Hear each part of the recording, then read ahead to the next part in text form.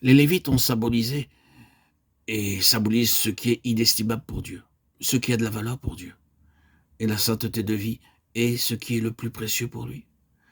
Vous ne pouvez ni contester ni contredire cela.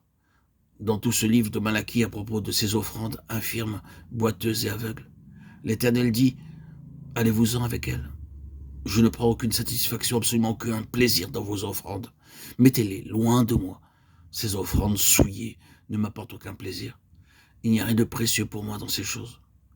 Ce qui est sans défaut, sans imperfection, est ce qui est le plus précieux pour le Seigneur. La chose qui est sainte devant le Seigneur, voilà ce qui est le plus précieux. Dieu est jaloux, très jaloux. Il y a un Dieu jaloux. En un sens, Dieu est la seule personne qui a le droit d'être jaloux. Notre jalousie est complètement mauvaise, mais celle de Dieu est sainte et pure. Et il a le droit d'être jaloux.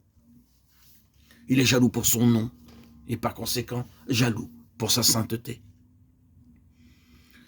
Or, comprenez bien, frères et sœurs en Christ, comprenez bien, reconnaissez bien que tout cela explique le Seigneur Jésus.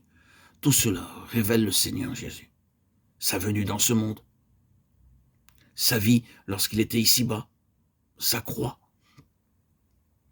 Cela explique totalement le Seigneur Jésus. Jésus est le grand Lévite. Il a débuté son ministère à l'âge de 30 ans, comme les Lévites commençaient le leur. Il est le grand Lévite.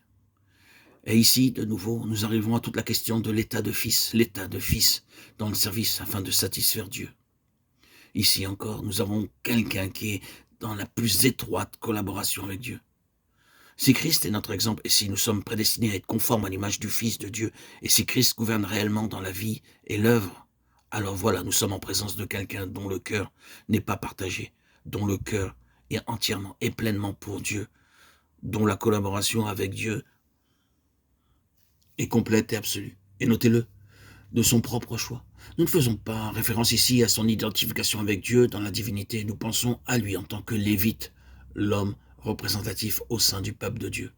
Quelqu'un qui est dans une véritable collaboration avec Dieu, quelqu'un qui accomplit le dessein de Dieu et qui fait l'œuvre de Dieu.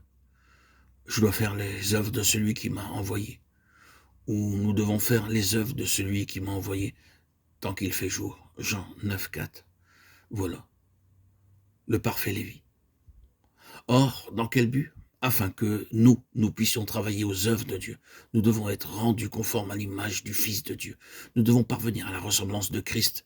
Maintenant, voyez-vous, cela ouvre de nouveau les Bibles entières, car du début à la fin, dès lors que Dieu ait fait un pas dans l'histoire de ce monde, quel que soit le moment où il l'a franchi, et chaque pas successif, des nombreuses étapes, il l'a toujours fait sur la base de Christ.